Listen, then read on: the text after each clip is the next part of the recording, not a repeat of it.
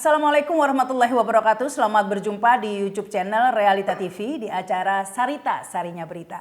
Ya, kali ini kita menyoroti bagaimana sikap pemerintahan Prabowo ini, mengingat sudah 29 hari ini ya, tapi orang sudah banyak menunggu ya gebrakan dari Prabowo, karena di awal-awal pemerintahan sebenarnya banyak yang berharap dari Prabowo ini akan memimpin dengan punya keberanian, kemudian menegakkan keadilan, mengadili Jokowi termasuk keluarganya Gibran ya. Tapi kemudian harapan itu sudah mulai luntur ya, sehingga tadinya oposisi yang bersatu ini ya, sebelumnya bersatu mendukung Prabowo begitu, tapi menuntut untuk mengadili Gibran.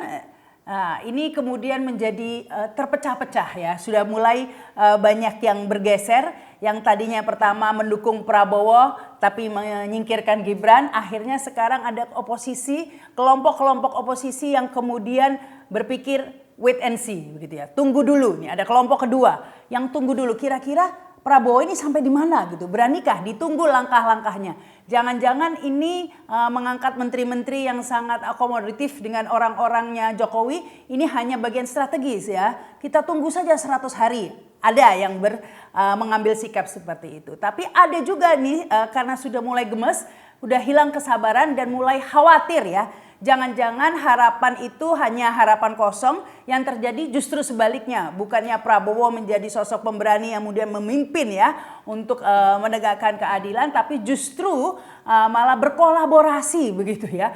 Prabowo dan Jokowi ini malah bekerja sama menjadi satu paket, satu tim untuk melanjutkan kerusakan-kerusakan di negeri ini. Nah, kira-kira seperti apa sikap yang harus diambil ini ya? Anda masuk dalam golongan di mana nih ketiga ini? Karena kebetulan narasumber yang hadir di sini semuanya oposisi ini ya, pastinya. Tapi oposisi bagian mana? A, B, atau C begitu ya? Ini sudah ada Said Didu. Assalamualaikum Bang Said. Waalaikumsalam. Ada Bang Marwan Batubara.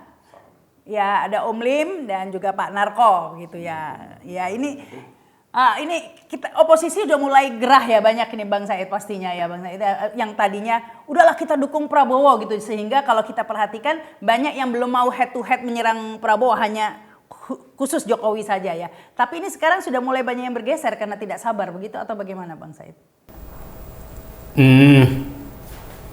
Saya di posisi bahwa apakah Prabowo, pertanyaan saya adalah apakah Prabowo masih ada, itu kan, itu posisi saya, itu posisi saya tiap hari, tiap detik. Apakah posisi Prabowo masih ada? Kita lihat makin hari yang paling kita takutkan adalah keaslian Prabowo luntur karena digerogoti oleh Jokowi dan Fufu Papa. Saya tidak menyalahkan kalau ada pihak yang menyatakan justru keaslian Prabowo semakin hari kelihatan semakin berkurang. Saya tidak bisa menginikan hal tersebut. Karena memang faktanya sebenarnya kita dulu tuh agak puncak, agak kecewa itu pada saat keluar perintah Solo 13 Oktober. Itu kan perintah Solo 13 Oktober. Nah, Super Oktober. Nah, yang saya katakan lebih dahsyat dari dekret 5 Juli 59 yang kembali ke Undang-Undang Dasar 45, dan lebih dahsyat dari Super Semar Pak Harto 1966. Itu saya katakan itu lebih dahsyat. Kenapa? Nah, publik harus paham apa sih yang terjadi sebenarnya 13 Oktober supaya kita tahu sebenarnya yang merongrong Prabowo ini siapa. Kita tak paham bahwa pertemuan surat panggilan 13 Oktober itu adalah hasil tindak lanjut dari pertemuan oligarki di IKN tanggal 11 Oktober. Jadi orang harus paham itu adalah perintah oligarki kepada Jokowi agar memanggil Prabowo. Dan Jokowi melakukan hal itu tanggal 13 Oktober. Nah, kita tahu Pak, orang bisa menelusuri siapa yang mengkoordir oligarki itu di IKN. Itu adalah orang yang menyambut Jokowi pada saat mendarat di Solo diantar oleh Panglima TNI dan Kapolri. Itu yang mengkoordinir. Apa itu disebutkan saja? Ya udahlah, paham. Nah, paham siapa yang menyambut pada saat turun dari pesawat. Kita boleh nyebut nama terang. Nah, Boleh saja karena Boleh, kan? terkut dokumentasi. Dasko berarti. Bukan. Namanya itu yang nyambut, Pak ya. Bukan. bukan. Nah, Bukan jadi senior saya. bukan. Hah? Bukan, jadi udahlah. Jadi main tebak-tebakan. Oke, kita bukan. Nah, jadi gini. Nah, itu yang terjadi. Jadi, jangan kita heran, yang saya takutkan justru, dan kita paham, orang-orang sekitar Prabowo sekarang tuh kan ada 5 kelompok. Kelompok pertama adalah kelompok memang karena politik, jalur politik. Kelompok kedua jalur profesional. Ya salah satunya contoh, walaupun jalur partai, saya pikir kakak senior saya Ketua Bappenas kemarin sudah membuka yang bahwa dari 16 indikator yang dievaluasi hanya 2 yang berhasil dari Jokowi selama 2 periode gitu kan.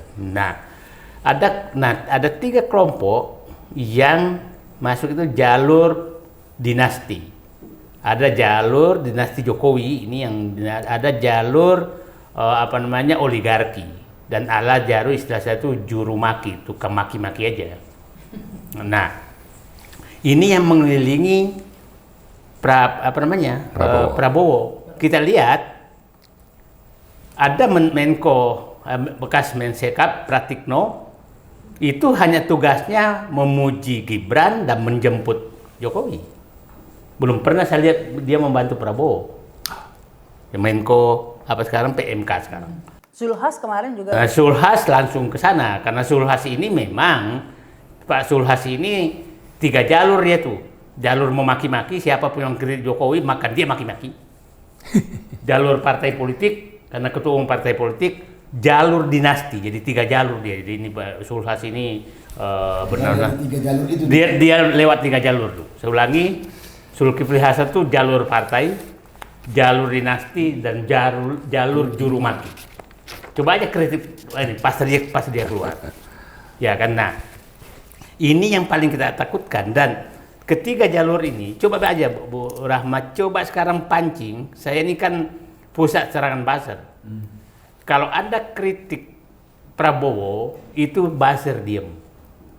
Tapi kalau ada kritik Jokowi dan Gibran, maka seluruh buzzer keluar. Artinya buzzer ini dibiayai oleh oligarki. Bukan karena oligarki lah yang membiayai. Artinya Prabowo tidak dibiayai oligarki dong. Prabowo kelihatannya nggak dibiayai oleh oligarki. Nah, jadi memang iya dong, karena oligarki ini kan inginnya, kita harus baca, ide oligarki itu ingin sekali Prabowo itu terdegradasi dari persaingan. Jadi begini, sekarang tuh saya katakan ini baru terjadi perebutan kekuasaan yang nyata antara Jokowi dengan Prabowo. Nah, terjadi persaingan perebutan kekuasaan yang oligarki maunya tuh Prabowo harus terdegradasi, yang menang adalah Gibran. Dan itu langkah-langkahnya Contoh yang nyata apa ini persaingan? banyak sekali. Kan begini, kita harus pahami ya.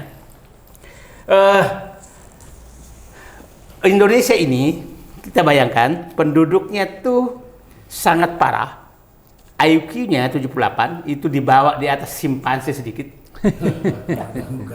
Ya, di atas simpanse sedikit. Nah, kita sudah sama dengan Timur Leste. Kita paling rendah di ASEAN. IQ-nya 78, oke? Pendidikannya 60% di SD ke bawah. Miskinnya hampir 100 juta, ya miskin penunggu bansos. Ini 100 juta lebih penunggu bansos. Nah, yang ini adalah dan kecanduan judi online. Pinjol, Sudah belanja online. masalah semua itu. Nah, ini yang dimanfaatkan oleh masyarakat seperti ini. Masyarakat kita adalah masyarakat yang tidak bisa mendengarkan lebih dari 2 menit. Itulah TikTok, Instagram. Kalau Anda bicara begini, dia tinggal, dia nggak bisa lagi. Nah, masyarakat seperti ini butuh gimmick. butuh gimmick-gimmick yang pencitraan. Nah, itu yang dipelihara oleh Jokowi. Itu yang dipelihara Jokowi. Terserah Saidiru, Marwan, Rahma Sarita, ngocet 24 jam dia nggak pikirin. Itu maksimum Anda dapat 20%. Dia dapat 80%. Nah, karena dengan gimmick-gimmick. Nah, sekarang kita harus berpikir apakah cara perjuangan kita diteruskan. Karena dia serahkan aja, terserahlah 20% itu. Nah, coba aja. Saya katakan, laporan ke Wapres itu, laporan Wapres apa namanya? Laporan Lapor Mas Wapres. Mas Wapres. Pisang itu. Pisang. Ini kan kita harus ingat, Mas Wapres ini kan tahun 1988 Pak Sudarmono sudah diperintahkan Pak Harto membuka kotak pos 5.000. Tujuannya agar rakyat mudah dapat akses, nggak perlu datang. 36 tahun kemudian diubah, dikembalikan oleh Gibran. Secara fisik datang, jadi itu mundur 36 tahun. Nah, tapi dipuji kan? Nah, karena gimmick. Apa gimmick itu? Rakyat di sana suruh datang, selfie, apa segala, beredar tuh.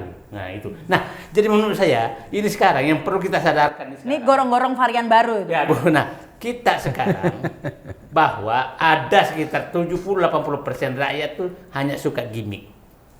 Hanya suka pencitraan. Nah, itulah saya selalu katakan, percuma kita kalau belum bisa menyentuh tukang bakso di bawah ke kehidupannya, nggak ada gunanya. Mereka itu yang dilakukan. Nah, itulah menurut saya sangat setuju kemarin. Nah, kita lihat programnya Pak Prabowo lah. Bansos hentikan dulu sama pilkada, karena bansos ini adalah racun betul-betul. Yang kedua, dia akan menyatakan hentikan dulu tentang dana desa, karena dana desa ini sumber penyogokan.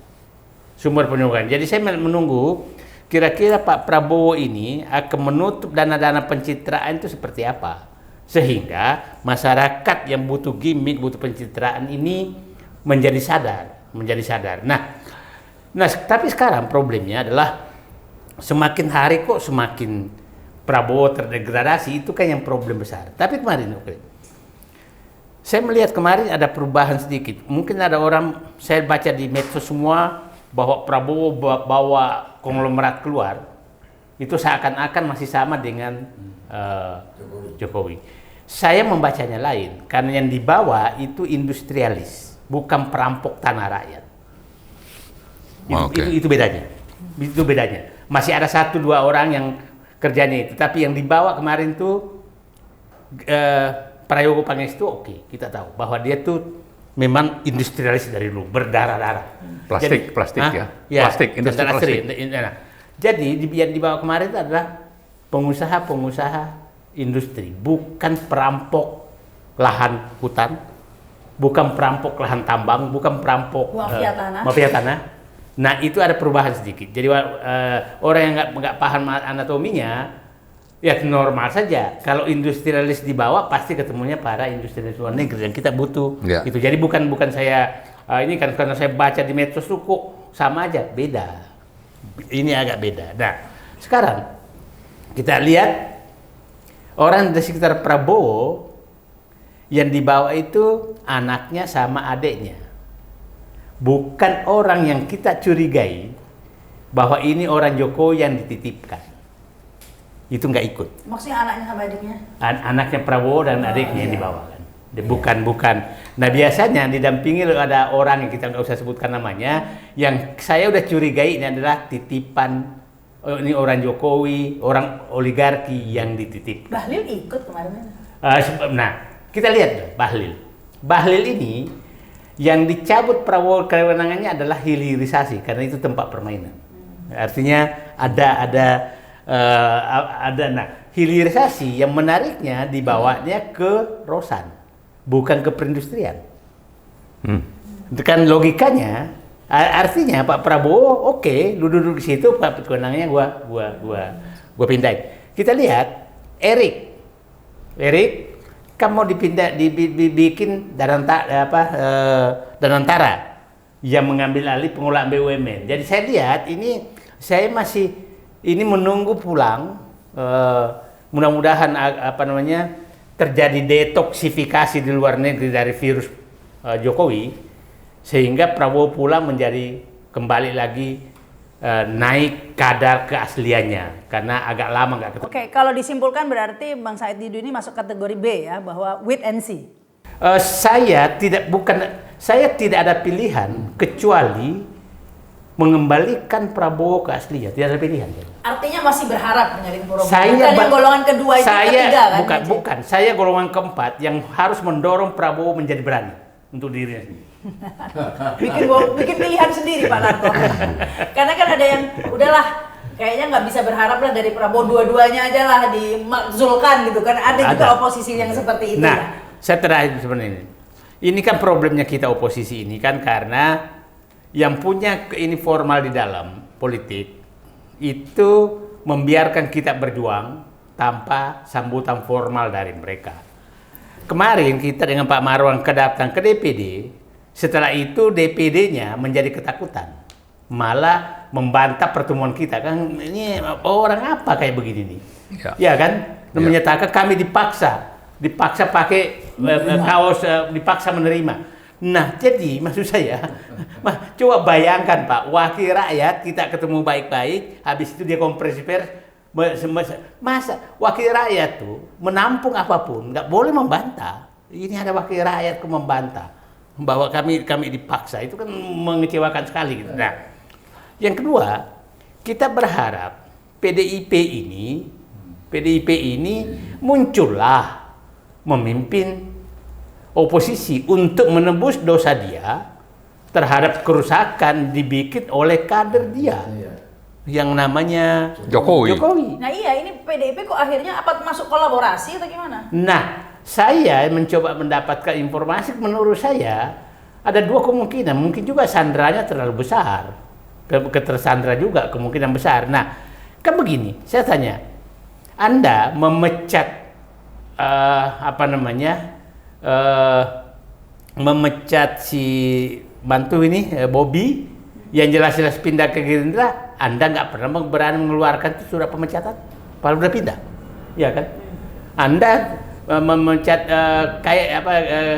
Kaisang yang jelas PSI juga nggak ada surat pemecatannya tuh.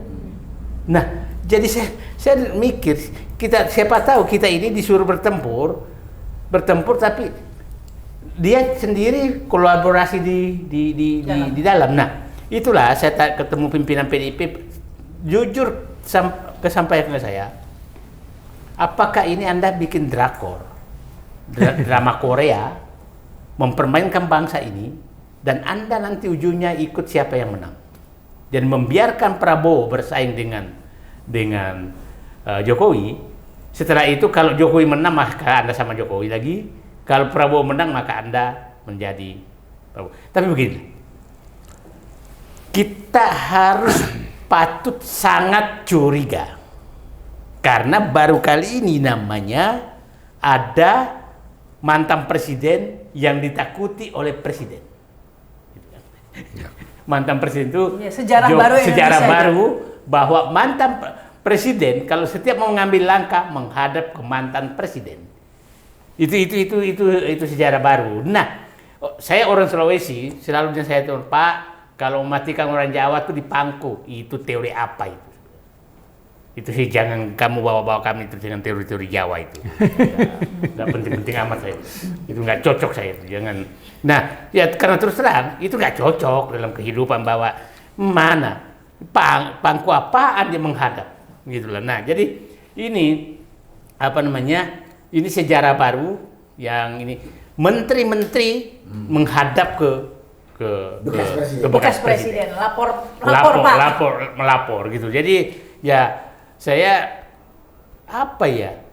kalau saya berjuang kemarin kira-kira kadar perjuangan saya 1 sampai 10 dan saya menyatakan 6 untuk mendorong Prabowo aslinya, maka sepertinya harus menaikkan menjadi 9 karena ternyata semakin hari semakin menjauh dari yang saya harapkan. Saya masih nunggu dia pulang, apakah ada. Tapi setidaknya ketika berangkat udah dikatakan kan bahwa menteri-menteri koordinasi sama Prabowo tidak diserahkan ke Wapres, itu kan menunjukkan bahwa masih ada beraninya gitu, Bro. Tapi itu kan dinamika. Awalnya sebelum 2 minggu begini. ini kita lihatlah betapa itu cara Jokowi itu menundukkan Prabowo. Coba begini, pada saat mau pelantikan dia konferensi pers, saya tidak akan datang pelantikan presiden, oke kan? Ya kan Pak? Itu memberitahu Prabowo, ya awas kalau kau nggak perlakukan saya secara istimewa. No, akhirnya keluarlah pesawat tempur mengantar ke Solo kan? Itu kan cara dia. Baru kali ini ada Panglima TNI Kapolri dengan pesawat tempur mengantar dia pulang ke Solo. Nah, ini cara-cara apa namanya? Nah, terus awalnya waktu saya keluar negeri kan tidak ada istilah pelaksana tugas, ya kan? Nah, itu kan Setnek menyatakan itu. Setnek yang konferensi pers loh, pejabat Setnek itu tetap dipegang oleh Prabowo. Terus pada saat itu keluar lagi rapat, diviralkan lagi bahwa tidak ada apa namanya pengalihan kekuasaan, pelimpahan. Tahu-tahu pas berangkat keluar kepresnya. Ini permainan apa semua ini? Jadi iya kan. Mungkin rakyat memperhatikan yang viral-viral aja, kepres ini. Kepresnya keluar bahwa pelimpahan. Ya berangkat bahwa dialihkan ke Wapres gitu kan. Nah, jadi ini kita harus hati-hati melihat dinamika ini, jangan sampai kita terjebak karena di ujungnya selalu yang menang adalah oligarki. Jadi ternyata itu hanya gimmick aja, jangan ujung-ujungnya begitu ya. Jadi selalu yang menang tuh Jokowi. Kalau terjadi persaingan kekuasaan antara Jokowi dengan Prabowo, selalu yang menang Jokowi. Ya baca. Ya tadi Pak Narko, kalau Bang Said tadi kan mengatakan ya udahlah kita pilihan keempat lah ya, bahwa kita harus paksa Prabowo untuk berani. Ya. Pertanyaannya, bisakah Prabowo berani begitu ya? Karena kan kebetulan Pak Narko ini sama-sama mantan Kopassus ya Pak ya. Pasti mengenal lebih dekat lah ya. Ini kira-kira masih bisa berharap tidak dengan keberanian Prabowo ini? Kok senyum-senyum? Jawab jujur loh nih Pak Narko. Assalamualaikum warahmatullahi wabarakatuh. Waalaikumsalam. Mbak Rahma yang saya hormati, pertanyaannya susah banget nih. Apalagi menyangkut pribadi gitu kan. Tapi tadi sih kita udah dengarkan banyak dari Pak Said. Saya terus terang pada pemilu ini oposisi. Ya sampai sekarang saya oposisi. Saya oposisi ini karena kan melihat kondisi negara yang bawa belur dan wakil kita di DPR nggak berfungsi. Itu yang menyebabkan.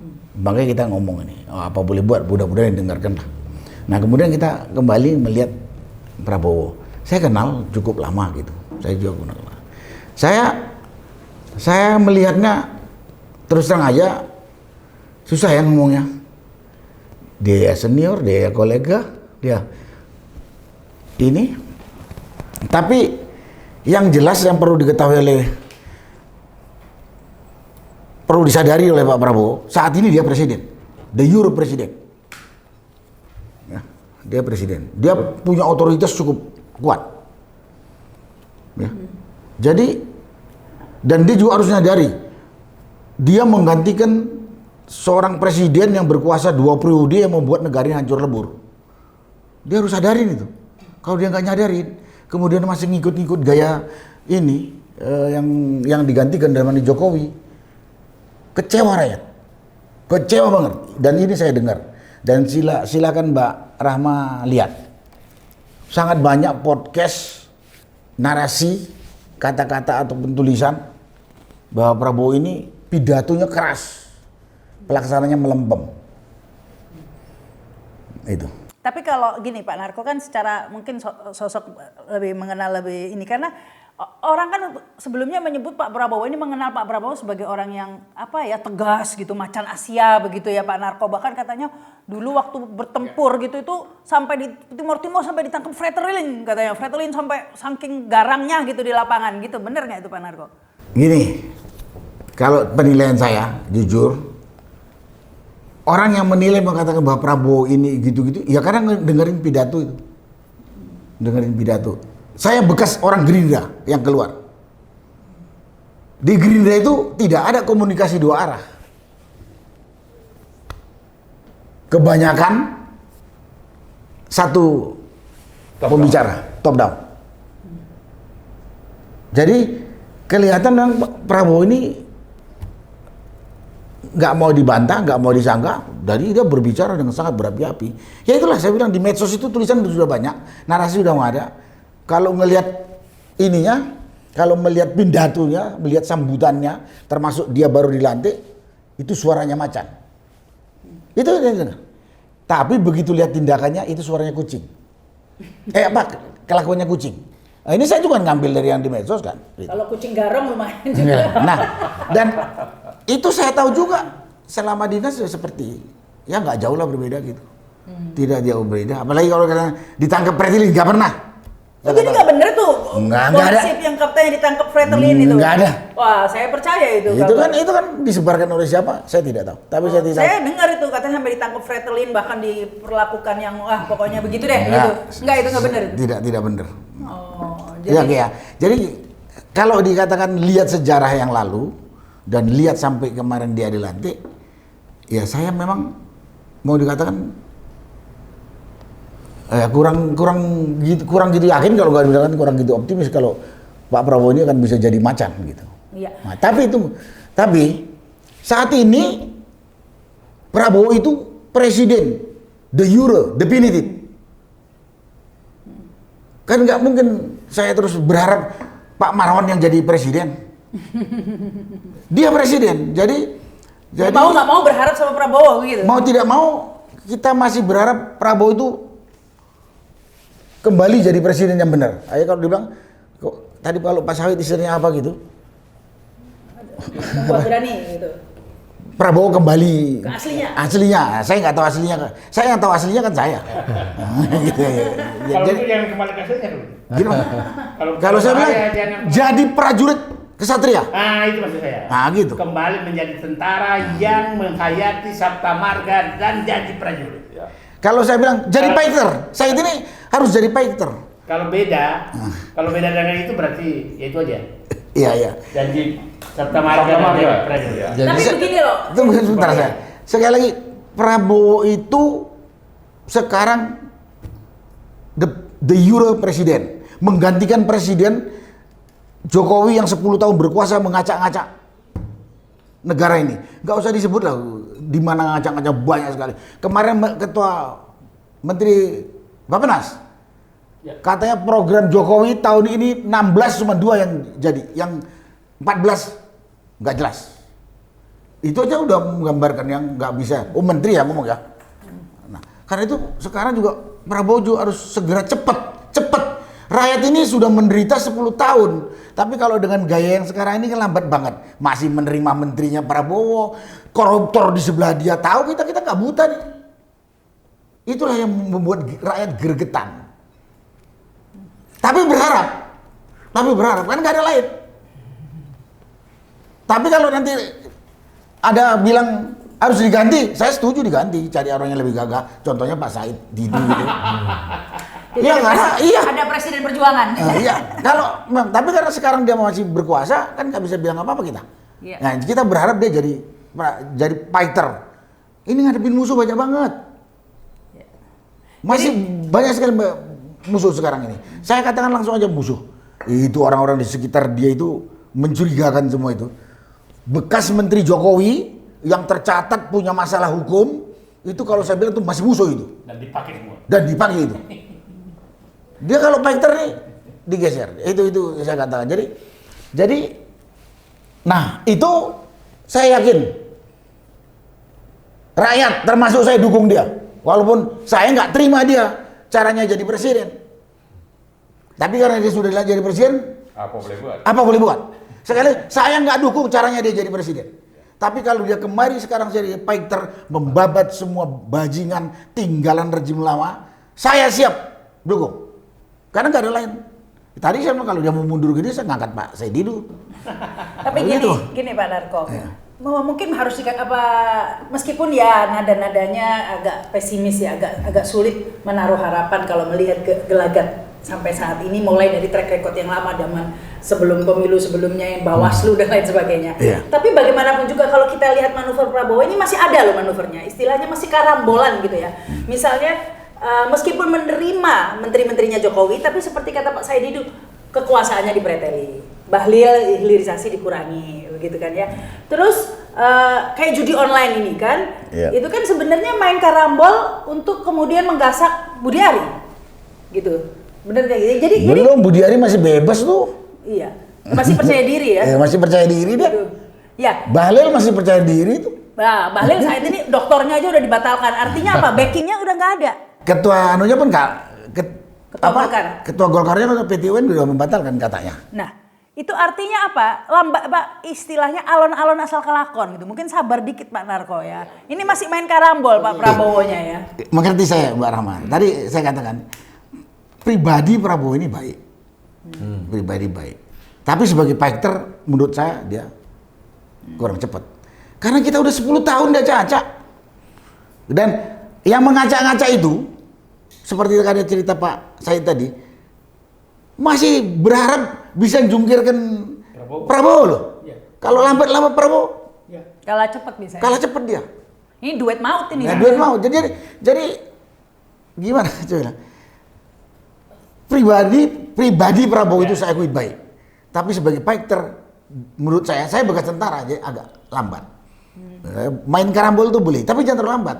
Karena lingkaran dan banyak orang seperti katakan saya dulu juga berharap Prabowo ini jungkel cepat. Oligarki nggak pengen dia gitu. Tapi kalau dia beri cepat dengan segala macam risiko, rakyat sih kan dukung. Dukung. Kalau istilah tentara mati satu kali kok, tapi mati gagah, mati kesatria, mati pahlawan. Daripada digusur sama oligarki. Oligarki ini cari celah ini ya? Cari celah. Dan rakyat sudah 10 tahun lebih menderita menunggu kecepatan ini. 10 tahun nih menderita.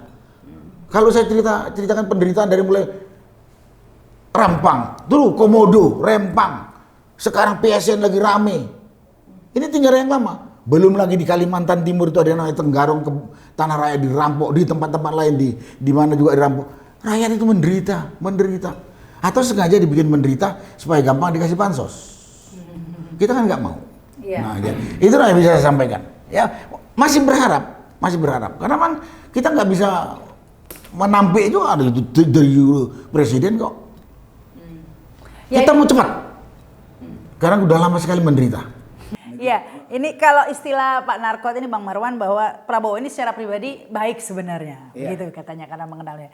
Tapi ya sebagai fighter tunggu dulu begitu ya. Kalau dilihat ini istilahnya bukan risk taker lah, nggak mau terlalu hati-hati lah, main aman terus begitu ya. Tapi kan emang perlu hati-hati yang dihadapin ini kan belut juga soalnya begitu loh Bang Marwan. Nah ini kalau Bang Marwan melihatnya langkahnya itu langkah Prabowo ini masih bisa diharapkan atau bagaimana nih? Ya, makasih Mbak Rahma. Assalamualaikum warahmatullahi wabarakatuh. Saya kira kalau kembali tadi ke isu awal ya, dukung, kemudian yang kedua itu apa namanya? Tunggu wait and see. Yang ketiga itu bubarin dua-duanya. Nah, saya cenderung untuk mendukung yang pertama. Oke, kita dukung, tapi ada waktu. Ya, seperti Pak Said Didu bilang tadi. Jadi mungkin ini disebut yang keempat ya. Artinya bahwa kita masih mendukung sampai nanti ada waktunya gitu. Tidak juga kita dukung, tapi didukung tahu-tahu situasi semakin parah. Ya kan lebih parah dibanding misalnya. Ya, jadi misalnya contoh. Dia bikin komunike bersama dengan Xi Jinping 9 November akan membangun bersama di daerah yang sebetulnya kita sudah menang itu di Natuna Utara. Ya. Artinya ini lebih jelek dari Jokowi ternyata. Ya, kalau sudah seperti itu ya ngapain juga kita dukung. Ini meneruskan atau malah lebih parah daripada Jokowi. Jadi kolaborasi mereka ini memang harus kita antisipasi dan upayakan untuk cegah. Tapi kalau akhirnya kita melihat ini lebih parah, ya sudah waktunya kita milih yang ketiga itu gitu.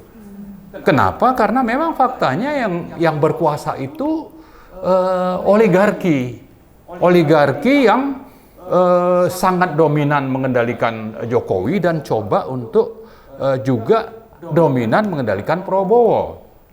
Jadi kalau bicara 13 Oktober itu dipanggil ke Solo itu karena setelah ada pertemuan oligarki, tapi juga oligarki ini mengancam nanti secara ekonomi yang juga pernah kita sampaikan, ekonomi juga akan bermasalah.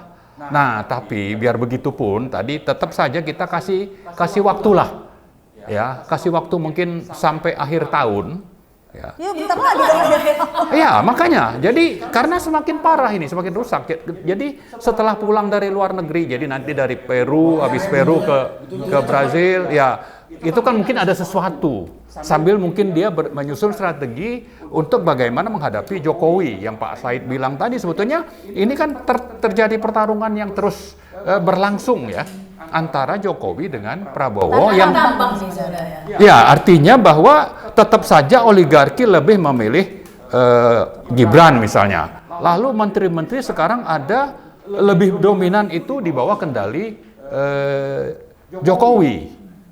Nah, kalau sudah seperti itu, maka yang kita tuntut dari Prabowo, kita tidak sekedar dukung, tapi tunjukkan juga Anda sebagai prajurit Sabta Marga yang saya sudah berulang-ulang menyebutkan. Mungkin sudah sekarang kita tagih itu Anda presiden, Anda prajurit Sabta Marga, maka dan musuh Anda itu adalah Jokowi dan oligarki. Kalau memang Anda secara pribadi itu orang baik, ya tunjukkan langkah-langkah setelah pulang dari luar negeri ini Anda seperti apa. Jangan lebih parah dari kondisi sekarang. Ya, apalagi tadi saya sebut yang di ada ini komunike dengan Cina dengan Xi Jinping itu gitu. Jangan seperti itu. Meskipun itu masih bisa dikoreksi. Nah, harapan kita sebetulnya apa langkah konkret Anda untuk menunjukkan bahwa Anda memang pantas menjadi harapan rakyat. Dan itu kita harapkan sampai akhir tahun ini. Kalau sudah tidak, ya berhenti sajalah bermimpi Prabowo tetap jadi presiden gitu. Dan karena itu kita menghimbau rakyat seperti yang saya tulis kemarin ya tentang rakyat itu harus menunjukkan istilahnya itu civil obedience, pembangkangan sipil, pembangkangan publik terhadap apa? Terhadap bagaimana biadabnya oligarki di daerah pantai Indah Kapuk II. Ini harus menjadi alat kita, rakyat itu memulai mempersiapkan diri kalau nanti sampai akhir Desember itu Prabowo sudah memang tidak bisa menjadi harapan kita ya.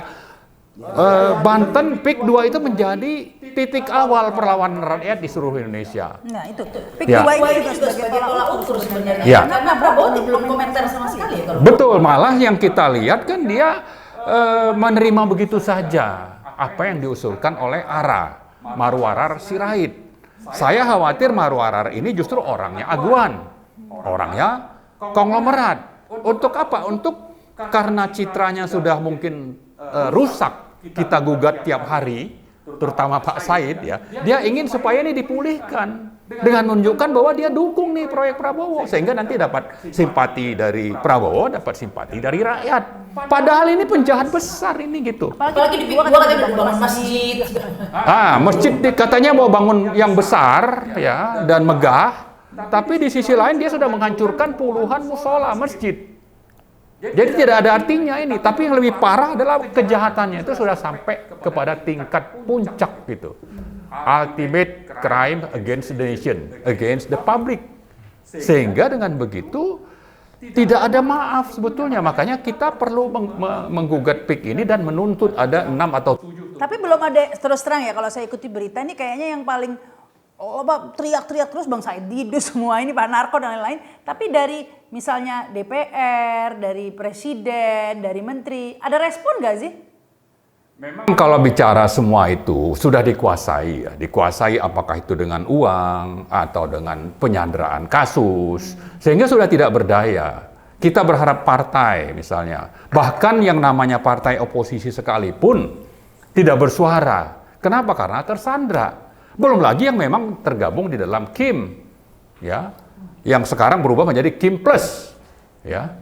Ini Tapi kalau Pak Prabowo katanya nggak dibiaya oligarki, harusnya berani dong bersuara PIK 2. Harusnya. Itu yang saya sebut tadi. Tunjukkanlah Anda, kalau memang benar orang baik, prajurit Sabta Marga, tunjukkan jati diri Anda, lawan itu oligarki. Kalau aguan itu memang Anda tidak berkolaborasi dengan oligarki, sementara aguan ini sudah nyata kejahatannya, tunjukkan bahwa Anda itu presiden. Jangan terima itu tawaran untuk membangun dalam proyek 3 juta rumah per tahun. Justru ini yang harus pertama dicegah, kok malah diterima. Nah, tapi oke lah, mungkin ini ada kesalahan, ada permainan di menterinya misalnya, di Marwarar, tapi masih bisa dikoreksi. Jadi koreksi-koreksi yang perlu dilakukan, termasuk tadi soal Natuna, itu masih bisa kita jadikan alasan untuk beliau itu kita kasih waktu sampai akhir tahun. Ya, bukan berarti kita ini sangat hebat, bukan. Tapi artinya, kalau kita bersikap mendukung, itu ada batasnya. Kalau memang sudah tidak bisa sampai akhir tahun itu, ya kita akan nyatakan diri untuk pilihan ketiga tadi. Ya kita berada di posisi untuk, ini dua-duanya bermasalah Against gitu. dua-duanya, udah kolaborasi Iya, ya, gitu kan. Satu betul. paket itu, satu paket. Satu paket, betul. Satu paket. Begitu. Nah, kalau dilihat tadi itu PIK 2 bermasalah, tetapi dari pulang dari luar negeri Pak Prabowo ini, Bang Marwan mengharapkan ada gebrakan gitu langsung. Harapannya begitu. Jadi selama berapa hari dia di luar negeri, mungkin merenung, ada diskusi ya dengan orang-orang dekatnya, itu untuk menyusun strategi, lalu mengambil langkah-langkah. Tapi memang kita akui ya, orang-orang dekat Jokowi itu sangat canggih, profesional, dan banyak. Sementara yang di sekeliling Prabowo ini siapa gitu? Yang tadinya diproyeksikan menjadi menteri apa gitu, akhirnya juga tidak bisa masuk. Yang tadinya misalnya menyusun rencana bagaimana BUMN dikelola, akhirnya tidak bisa gitu, tidak berkuasa juga. Sama juga dengan misalnya tentang pemisahan Direktorat Jenderal Pajak misalnya. Ini kan orang-orang yang sebetulnya kita harapkan bisa lebih canggih dibanding orang-orang yang ada di sekeliling Jokowi. Nah, kalau masih kurang ya, direkrutlah orang-orang yang punya niat baik untuk mendukung pemerintahannya dia. Bukan justru orang-orang yang sudah bermasalah ini terus dipelihara. Orang-orang yang hanya memikirkan mengejar rente dari bisnis-bisnis itu yang justru dijadikan sebagai orang-orang dekat. Ya, jadi masalah ini sangat besar ya. Tapi saya perhatikan menteri-menteri yang bawaannya Jokowi itu hanya di tempat saja, tapi tidak menjadi orang dekat Prabowo begitu. Prabowo saat ini orang dekatnya tetap dengan. Ya, kita harapkan sebetulnya orang-orang dekat Jokowi ini setelah dia pulang itu mulailah disingkir-singkirin gitu. Ya kan, kalau ada lembaga yang namanya Dewan Ekonomi Nasional yang awalnya itu tidak ada dalam kajian tim Prabowo sebelum dilantik, tahu-tahu ada. Ya, ini kan juga harus ditunjukkan oleh Prabowo bahwa dia berani melawan Jokowi, berani melawan perintah dari oligarki. Hapus saja itu Luhut, itu memang benar-benar banyak kasus dugaan korupsinya. Bagian dari orang yang sangat dekat yang juga bersatu padu dengan oligarki dan Jokowi yang sudah merusak negara ini. Sehingga ya ini juga salah satu yang harus buru-buru diganti. Iya, itu kekhawatiran saya kalau lama-lama, lambat-lambat, akhirnya lama-lama nggak jadi melawan, akhirnya kerjasama, itu kan yang dikhawatirkan. Iya. Saya begini, orang pejabat yang tidak berani mengambil langkah keras di awal, biasanya akan dilahap oleh lawannya. Itu sangat prinsip. Saya 30 tahun di dalam, setiap saya pindah itu habisin dulu baru menata ulang. Karena kalau enggak, Anda akan terpengaruh, Anda akan direkayasa malah informasi. Keseret kita nggak terasa keseretnya. Istilah umum ya, kesan pertama itu sangat mendalam. Ya. Nah, ini yang menurut saya Pak Prabowo tidak menunjukkan itu, malah semakin hari semakin keseret. Nah, kita harus beginilah. Kita berkesimpulan, negara ini kan dirusak oleh oligarki yang menggunakan Jokowi sebagai boneka. Itu yang harus ada di kepala, bukan. Nah, kalau oligarki ini sudah berhasil menjadikan boneka Jokowi dan Prabowo juga akan boneka, melebur menjadi boneka. Ya. Musuh kita adalah oligarki yang membangun boneka. Itu kan musuh kita. Ya kan, Pak? Nah, tapi kalau semua juga Prabowo akan menjadi boneka juga, bukan kita memusuhi Prabowo, kita memusuhi oligarki yang menjadikan boneka. Pertanyaannya, apakah seorang jenderal Kopassus, Sabta Margais, Sumpah Prajurit bisa jadi boneka? Itu pertanyaan besar. Tapi kalau soal oligarki menjadikan boneka itu soalnya jujur saja terjadi di banyak negara sebenarnya. Even Amerika yang negara besar itu presidennya juga boneka-boneka juga, begitu, boneka Israel seperti gitu, ya Pak, atau bonekanya Yahudi gitu. Jadi memang susah kayaknya melawan oligarki itu. Saya begini, oligarki mereka itu bukan oligarki menyengsarakan rakyat, beda loh. Ya. Dia pengusaha yang mencari uang untuk Amerika. Bukan mengambil, oligarki kita adalah mengambil haknya rakyat. Itu berbedanya. Dan aset-aset negara. Aset negara. Jadi maksud saya, kita lihatlah Elon Musk. Elon Musk merugikan Amerika? Enggak. Jadi kita harus bedakan bahwa mereka berjuang untuk negaranya dan mencari pemimpin yang berjuang untuk negaranya. Beda dengan kita adalah oligarki yang mengambil hak rakyat dan mencarikan pemimpin boneka. Itu untuk beda. merusak ya, Untuk merusak. untuk Itu. mengeruk kekayaan. Ya, dia di Jepang semua memperjuangkan. Di Cina oligarkinya tuh nggak keturunan juga, tapi kan dia merampok di seluruh negara lain untuk negaranya. Minimal negaranya nggak dirusak ya. Dan ada indikasi oligarki di Indonesia ini yang sebagian besar etnis turunan Cina. Biasanya merampok untuk dibawa ke sana juga. Sana. Jadi harus kita inginkan bahwa mereka mencari pemimpin yang untuk memajukan negaranya, memajukan rakyatnya. Saya belum pernah melihat bahwa ada perusahaan Amerika yang merusak negerinya dan rakyatnya. Kalau di Indonesia lain, etnis lain masuk mengambil hak rakyat, membentuk mereka. Di sana penduduk asli Iya. Amerika, Cina, ya Cina asli sana. Nah kita di sini WNI etnis dari luar, Dari Cina. dari Cina. Baik, baik. Yang itu dari kita juga. Orang Cina itu menganut dui kewarganegaraan. Ya kan? Kita Dui kan? mengadopsi itu kita sekarang ini kan sejak Jokowi. Kita enggak, masih enggak belum. Kita warga negara Bukan, maksudnya Cina itu hanya Cina saja. Ya, kita kan enggak. Dan misalnya orang Indonesia sudah jadi warga negara Amerika, enggak diakuin jadi warga negara Indonesia. Kalau di sana tetap diakui. Orang Cina yang ada di Indonesia sudah jadi warga negara Indonesia, dia diakui tetap warga negara China. Nah, gitu. Itu. Nah, bedanya oligarki tadi yang dibilang Pak Said Didu dengan oligarki yang dari kita, jauh sekali bedanya gitu. Tapi kalau kita lihat tadi itu saya masih berharap juga tetap dengan Pak Prabowo ketika ke Cina kemarin, tampaknya itu bukan semacam dengan oligarki yang duit kenegaraan Indonesia yang rusak, bukan seperti itu. Ini lebih ke masalah bisnis, investasi, begitu saya melihatnya ya. Kita semua berharap seperti itu. Iya. Prabowo pulang betul-betul jadi macan. Ya. Kalau kita lihat kemarin ya, karena sambutan di Cina, jadi sepertinya memang seperti itu. Ya, sekarang ke Lim ini. Kalau Lim posisinya di mana ini? Apakah pilihan pertama A, mendukung Prabowo, menyingkirkan Gibran? Pilihan kedua wait and see, ketiga enggak dua-duanya, atau gimana nih? Atau keempat sendiri?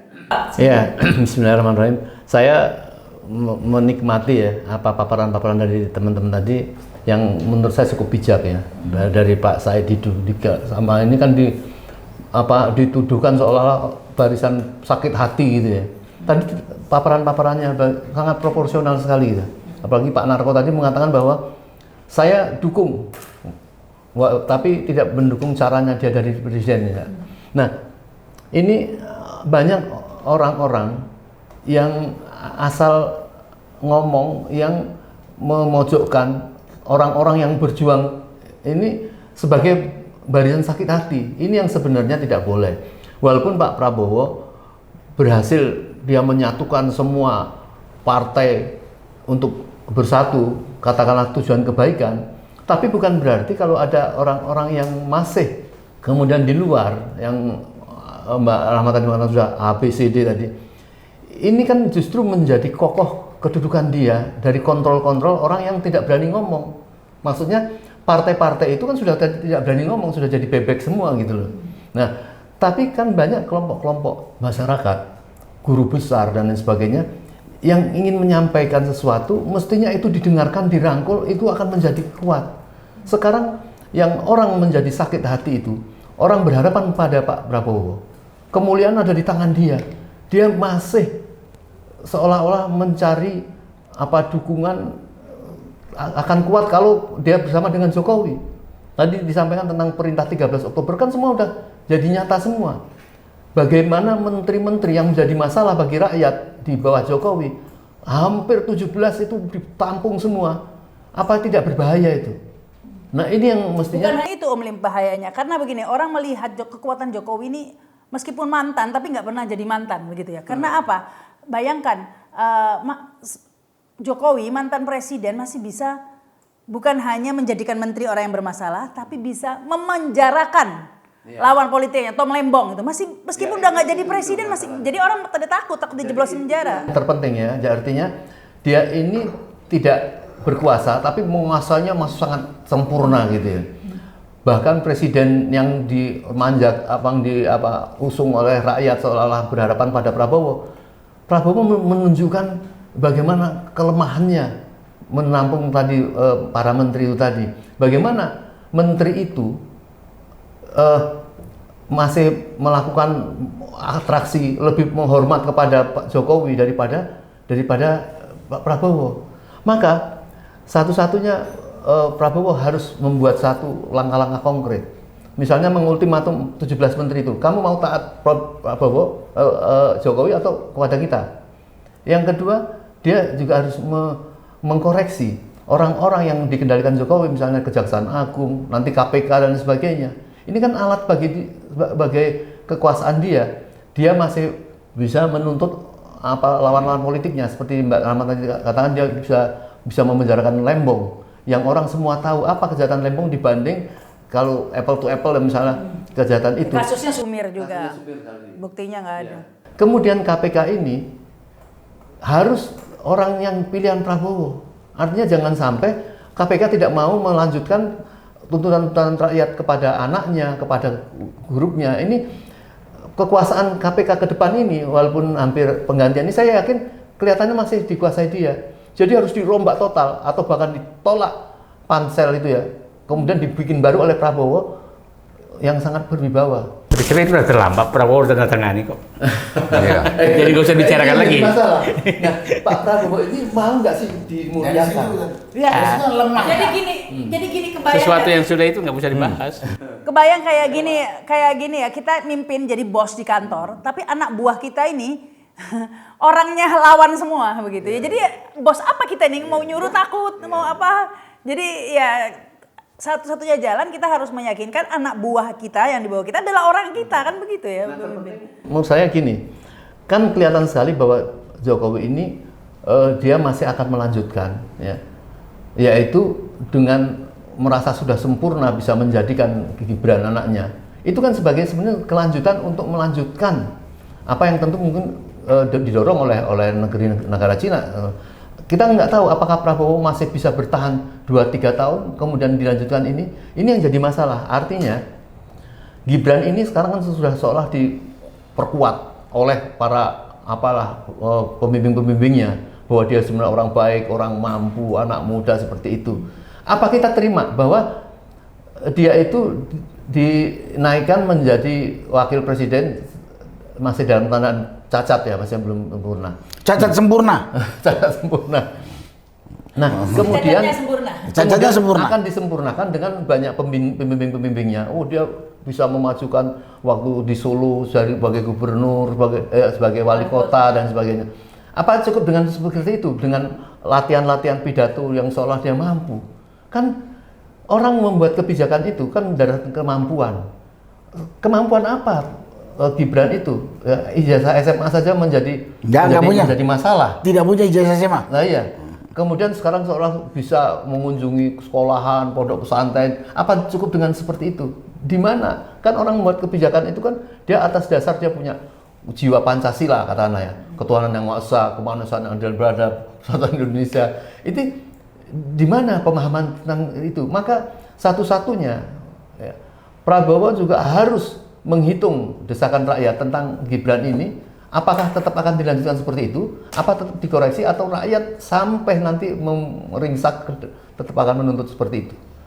Adakah partai-partai yang berani ngomong bahwa kami tetap mendukung Gibran seperti itu? Jadi harus buat secara kejujuran, ini harus dihentikan. Prabowo harus satu tadi menghentikan ini untuk bisa langkah-langkah mematahkan Jokowi terus berkuasa. Saya kira itu harus menjadi program penting bagi Prabowo. Jangan dia mengabaikan rakyat yang pasti akan terjadi satu ketidakberanian mengoreksi terhadap Jokowi itu. Tapi gini ya, apa rakyat itu memang biasanya cerminan presiden itu cerminan rakyatnya biasanya kan begitu, pemimpin itu cerminan rakyatnya. Kalau tadi Pak Narko bilang, wah Prabowo ini orangnya baik tapi bukan sebagai fighter gitu kan. Jangan-jangan rakyat Indonesia juga seperti itu gitu loh. Jadi kalau kita mengharapkan rakyat berjuang, ini juga harapan yang kosong juga begitu. Kira-kira begitu nggak Pak Narko? Ya karena itulah kita bersuara sekarang. Ya, tapi lelah nggak sih Pak Narko? Enggak lelah. Selama masih hidup dan kesehatan saya tidak lelah. Ada orang yang kita saya. Mohon maaf, tidak maksud ini. Mayoritas penduduk Indonesia Jawa. Jawa tidak suka sama sekali orang ribut. Orang ribut. Seperti kita ini nggak disukai oleh mereka. Berisik. Nah, ini masalah besar yang kita hadapi. Jadi kita harus nerimo, gitu loh. Kita harus nerimo. Nah, sementara nerimo apakah kita nerimo sampai seluruh tanah ini sudah habis oleh mereka? Ya mohon apa ya, saya koreksi kultur yang jadi bilang, itulah kenapa katanya Prabowo itu mengalah skenario Jokowi supaya jangan menyerang. Ya tadi mangku tadi kan. Iya, bukan jangan menyerang. Nah, yang problem sekarang dia diserang tapi dilarang menyerang. Kan itu yang problem. Dia diserang. Dia serang tapi dia nggak boleh melawan. Dia goblok aja. Nah, karena suku mayoritas ini yang menyukai itu cara ya, itu. ini saya menarik ini Kita biar orang Jawa sudah dididik sekian lama. Ya, maksud saya, saya begini ya. Saya kebetulan membantu dulu tuh Sudirman Said menjadi gubernur Jawa Tengah. Membantu Prabowo menjadi presiden. Saya tugasnya di Jawa Tengah. Jadi saya paham betul, memang berat sekali negeri ini diperbaiki. Karena, apa nih? Yaitu Tunggu. Ini menarik ini karena sudah bicara kultur ini menarik ini karena ya saya tidak sepenuhnya setuju begitu ya kalau dikatakan orang Jawa gitu. Karena memang kalau kita lihat sejarah ini Bang Said, ya memang ketika dijajah ya Aceh ada Cut Nyak begitu kan. Tapi di daerah-daerah lain di Jawa malah raja-raja di Jawa malah banyak yang kemudian berkolaborasi begitu ya. Tapi tunggu, kita ada di Ponegoro begitu kan di Jawa. Nah, Pak Pangeran di Penegoro muncul di Penegoronya setelah keluar Jawa. setelah berjuang di Sulawesi bukan di Jawanya. Jadi Makanya meninggalnya di Sulawesi bukan. karena Pak Said ngomong ini Jawa, di sini masih pakai merek Jawa itu saya. Walaupun saya lahir besar di Sumatera dan Jawa saya itu separuh gitu kan. Karena ibu saya orang aja. Saya orang Surabaya di Jawa Timur di bawah ini bahaya ini Pak. Enggak, maksud saya begini. Ini kan masalah bangsa, kita harus mikirkan. Saya ingin menyadarkan orang-orang yang menganggap bahwa orang-orang yang ribut itu tapi pantaskah Anda diam sementara halaman rumah Anda dicangkul Orang lain. Masih pantaskah? Iya. Diam. Oke lah, saya menghormati semua kultur. Tapi saya tidak bisa menerima bangsaku sudah hampir hancur, tapi kau masih diam. Itu aja. Karena gini, kalau kita kembali bicara kultur ya, orang Indonesia itu memang cenderung rimo kecuali satu hal. Kalau sudah agama yang diotak-atik. Ya contohnya di Ponegoro itu juga ada urusan agama. G30 SPKI, orang Jawa juga ngelawan, ikut nyembelih itu gara-gara agama. Jadi memang kalau sudah bersentuhan. Dia juga. Nggak apa-apa, kita normal-normal aja. Nggak, maksudnya memang karena ini masih bersentuhan dengan perut, Jadi masih ini ya, masih banyak yang nerimo begitu. Tapi kalau udah bersentuhannya dengan agama, macam 212-nya keluar itu tuh Bang Said. Jawa atau bukan Jawa begitu. Kalau kan Ya. gimana? Kalau susah. Apanya? Oke, gini menurut saya. Kita ini betul-betul, saya ini kewaspadaan saya sangat tinggi banget. Karena kenapa begini? Saya sih berharap Pak Prabowo itu kan kemarin gini. Kalau Pak Prabowo memang memperbaiki negeri, kan begini. Dia panggil Menteri Kehakiman untuk memeriksa semua, mulai dari undang-undang sampai Perpres untuk dilakukan sinkronisasi. Jadi yang harus dilakukan, menurut saya memang harus sangat mendasar. Undang-undang ini harus undang-undang terutama undang-undang yang terkait dengan politik itu yang harus ini kan. Kalau selama ini begini terus, maka mohon maaf. Rakyat yang miskin, yang bodoh di atas simpansi sedikit, yang perutnya kosong, yang nerimo, yang tidak bisa dengarkan lebih dari 2 menit, itu kalau dibayar selesai. Dan yang punya uang adalah oligarki. Ini yang harus diakhiri, gitu. Itu diakhiri. Nah, ini apakah Prabowo mau melakukan itu yang saya tanda tanya. Jadi maksud saya sih sudah saatnya begini aja ya Pak Narko. Saya sih berharap yang problemnya ini temannya Pak Narko ini ada juga sebelah sana banyak gitu loh. Yang penikmat oligarki itu banyak juga di sana. Jadi saya dulu kan Sabta Marga, Sumpah Prajurit. Ini pasti lebih hebat dari Said Didu. Ternyata tidak semua juga. Tapi memang sih intinya itu tidak masalah bagaimana rakyatnya akhirnya 78 kayak perkosong apapun kondisi rakyatnya sebenarnya semua tergantung pemimpinnya. Tapi ada satu hal yang kemarin di Solo terjadi. Pemasangan spanduk baliho Jokowi tentang terima kasih kepada Pak Jokowi dan sebagainya itu masih banyak. Dan orang Solo tuh ternyata sudah mulai muak juga. Sehingga terjadi demo oleh mak-mak yang ingin menyegel rumah Jokowi yang akan dibelikan kepada dia dari pemerintah itu digugat orang. Dan perkataan dari seorang tokoh di sana yaitu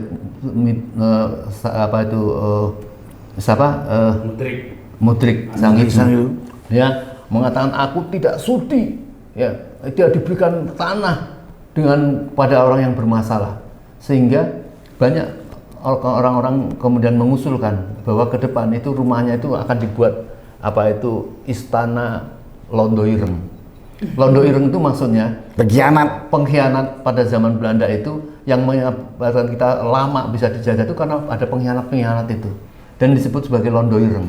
Nah dia ini ada termasuk pengkhianat yang untuk menjajah Indonesia ke depan oleh siapa? Ya, oleh oligarki kah? Oleh Cina kah? Nah itu yang akan dipasang dan mungkin ya kalau itu terjadi, cita-cita dia mungkin dia akan mikir juga karena tanahnya itu sangat strategis mau menuju ke airport dan luasnya dekat Hotel Lorin itu. Itu akan dilihat semua orang dan sangat luas sekali 1,2 hektar dengan biaya berapa ratus miliar yang akan diurunkan. Itu orang tidak terima. Jadi saya kira Pak Prabowo harus sadar ini.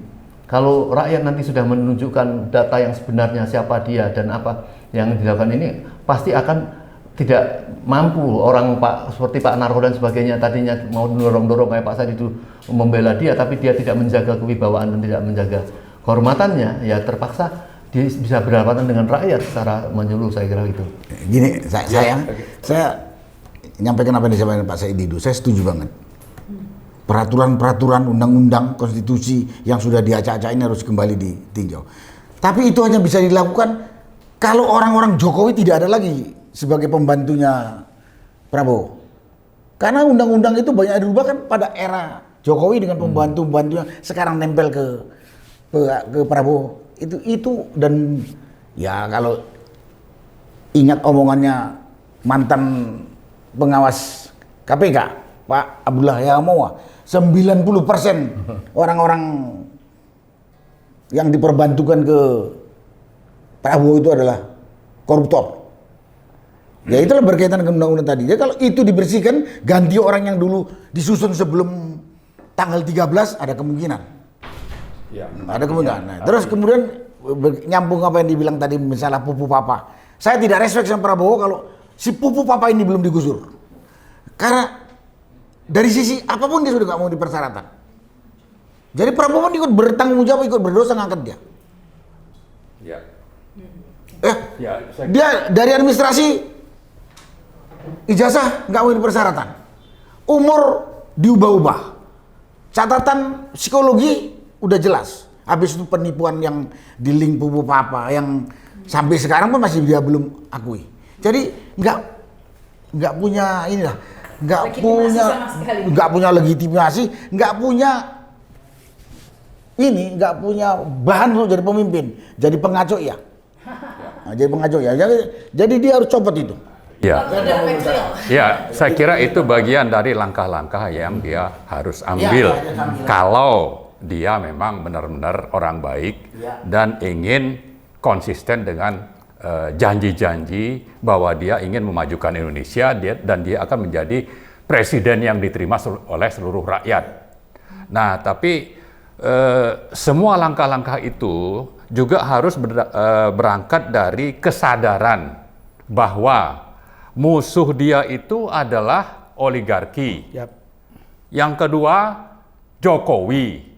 Yang ketiga, dia harus sadar juga bahwa Jokowi dan oligarki ini justru ingin mendongkel dia gitu. Jadi 3 hal besar ini, kalau dia tidak jadikan sebagai dasar untuk dia melakukan perbaikan, ya lupakan saja. Itulah sebabnya, tolong Pak Prabowo perhatikan, Anda ini ingin didongkel oleh yang namanya Jokowi dan oligarki, karena Jokowi dan oligarki ini sudah menyatu dan sudah menyiapkan penerus, yaitu Gibran. Dan ini sebetulnya ada kejahatan nyata, menghalalkan segala cara yang kita harapkan dia bisa bersihkan ini semua. Nah, maka mulailah untuk menunjukkan langkah-langkah strategis apa yang dia harus lakukan. Ganti pelan-pelan, ya. Jangan terima aguan di PIK 2. Kalau saya nggak pelan-pelan. Makanya dia jangan malah kerjasama lewat pernyataan membangun 250 unit rumah di Tangerang sebagai titik tolak untuk program 3 juta rumah per tahun. Kok memulainya dengan penjahat gitu? Ya kan, ini justru yang... Iya, ini kan contoh nyata. Iya, contoh nyata, konsistensi sikap. Benar nggak sih Anda mau benar-benar menjalankan pemerintahan dengan benar, sesuai dengan aspirasi rakyat dan janji-janji kampanye. Kalau memulai dengan sesuatu yang kotor, yang jahat, dengan oligarki hitam, ya memang tidak ada alasan lain bagi kita itu untuk bersatu, ya, melakukan pembangkangan publik terhadap pemerintah yang memang katanya tadi oke, dia memang menang pemilu, Pak Narko bilang. Tapi kalau seperti itu ya rasanya sudah tidak ada harapan, ya sudah mari kita lawan aja gitu. Saya kira itu mungkin. Jadi jawabannya tadi itu dari diskusi kita, masihkah kita bisa berharap dari Prabowo? Waktu yang menjawab ya. Tapi waktunya sampai akhir tahun. Ya silakan sebelum closing. Ini Pak Prabowo ini kan harus menunjukkan kemampuan bahwa dia memahami sekali tentang kekayaan Indonesia dan apa yang telah dirusak oleh Jokowi. Jokowi itu kan bayangkan sudah mengacak-acak alam kita, tapi mengundang asing masuk. Yang penting utang juga makin besar, rakyat pajaknya besar dan sebagainya. Nah, apakah Pak Prabowo kemudian masih membebek seolah-olah bisa menjalankan pemerintahan kalau ada dari oligarki itu? Kita harus paham bahwa Indonesia ini, di mana tempat kita berpijak, di bawah tempat kita duduk ini, semua adalah alam-alam yang kalau dia bisa memproyeksikan, nggak perlu tuh orang-orang itu. Apakah Pak Prabowo sudah mengajak berbicara dengan para tokoh, para guru besar tentang bagaimana membangun ekonomi yang sudah diacak-acak seperti ini? Kan sangat bisa. Jadi saya kira itu terpenting kunci untuk Pak Prabowo. Jangan khawatir, walaupun sudah dirusak. Ya. Jadi janganlah mau mengatakan mimpi-mimpi, wah nanti menjadi Indonesia emas, apa baldatun thayyibatun wa rabbun ghafur. Itu memang bisa, tetapi harus dia ada upaya-upaya. Sebab kalau tidak, bukan jadi baldatun thayyibatun wa rabbun ghafur, tapi baldatun sayyi'atun. Baldatun itu negara yang jelek, makdumatun mal'unatun, mendapat murka Allah dan mendapat laknat dari Allah kalau tidak melaksanakan perintah-perintah apa yang sudah menjadi kesepakatan bangsa. ya, termasuk di Pancasila itu misalnya. Saya kira mungkin itu yang harus diingatkan. Ini kewibawaan itu ada pada dia, mau atau tidak. Kalau dia memilih tidak membebek kepada orang-orang yang dibenci rakyat kepada Jokowi ini, dia akan saya kira cepat tumbangnya. Ya, saya kira memang kunci ada di Prabowo sekarang ya. Kunci bagaimana nasib bangsa ini begitu ya. Karena kalau kita lihat negara-negara lain itu memang kuncinya di pemimpinnya ya. Banyak negara besar tapi miskin meskipun sumber dayanya alam gara-gara pemimpinnya korup. Sebaiknya negara kecil kayak Dubai dan lain-lain kecil tapi pemimpinnya nggak korup ya kaya raya begitu ya. Ini termasuk juga contohnya Indonesia, negara besar dengan sumber daya alam melimpah. Tapi rakyatnya tadi itu perut kosong, terlilit pinjol, hobi judol. Baik, terima kasih Pak Narko, Pak Lim, Bang Marwan, juga Bang Said Didu. Terima kasih juga yang sudah menyaksikan tayangan ini. Jangan lupa subscribe dan komen. Saya Rahma Sarita, wassalamualaikum warahmatullahi wabarakatuh. Sampai jumpa.